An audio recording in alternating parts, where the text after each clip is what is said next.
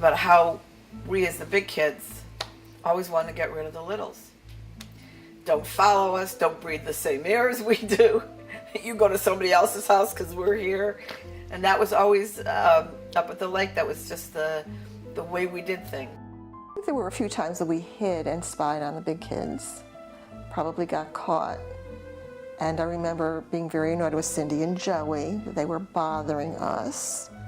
I don't think we actually ever really played with them. We were probably very mean to them, telling them to do things or hiding from them or sending them on some kind of mission and then just disappearing. We were not very nice. I also don't remember our parents interacting with us all that often. They were good moms and regular dads for the 50s. They certainly weren't Father Knows Best, where they sat down with us and really did things. I imagine if there was an issue, they got involved, but I just don't remember the dads all that much. It's true. And we were all good kids in our own ways. We were raised well, you know, even though there was a little bit of kooky from your father. It was an Italian restaurant, and it was sort of outside, and Joey never behaved. He was always being bad. And I always remember the song Volare. And it was like out, it was further out, maybe near Heart Lake, or The Bamboo Room.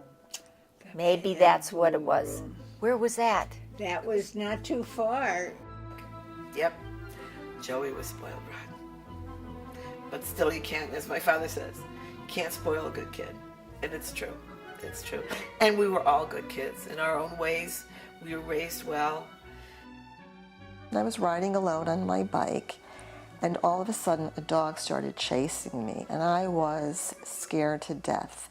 And I was racing, my little legs pedaling that bike, going so fast, and I kept hearing the jingle of the license, the collar, and I dropped my bike, and I got to my cottage, and I ran up those steps, and I still heard the jingling, and I freaked out, and I realized I had little bells on my little pedal pushers.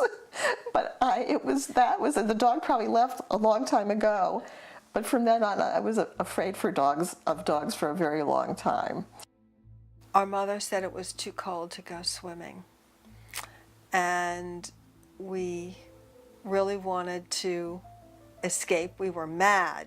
We were mad as hell. So the three of us stomped off to a clump of bushes in the woods on the side of the lake, going towards the public area. And we called it the hut. We didn't think anyone could see us. And it was dirt and mountain laurel bushes. And it was right on the shore of the lake. And there was an old fallen driftwood log. And the three of us sat on this log, angry that our mothers wouldn't take us swimming because it was too cold. And I remember sitting there, and we chatted about everything and told stories, and all of a sudden we heard a huge crack.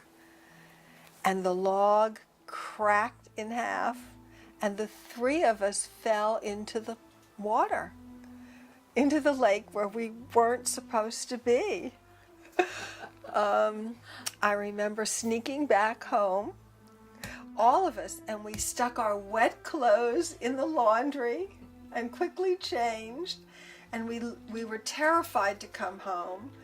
And then we discovered that our mothers had thought it warmed up enough and took all the other kids swimming.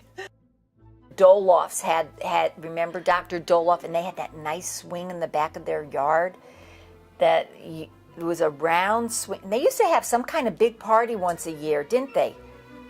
I wasn't invited to that party. I don't know. I sort of remember that.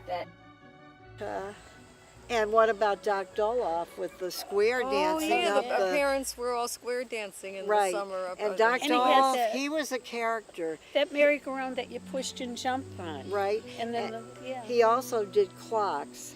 And when we bought our new cottage, he brought down this, we still have it today, it's a Seth Thomas clock.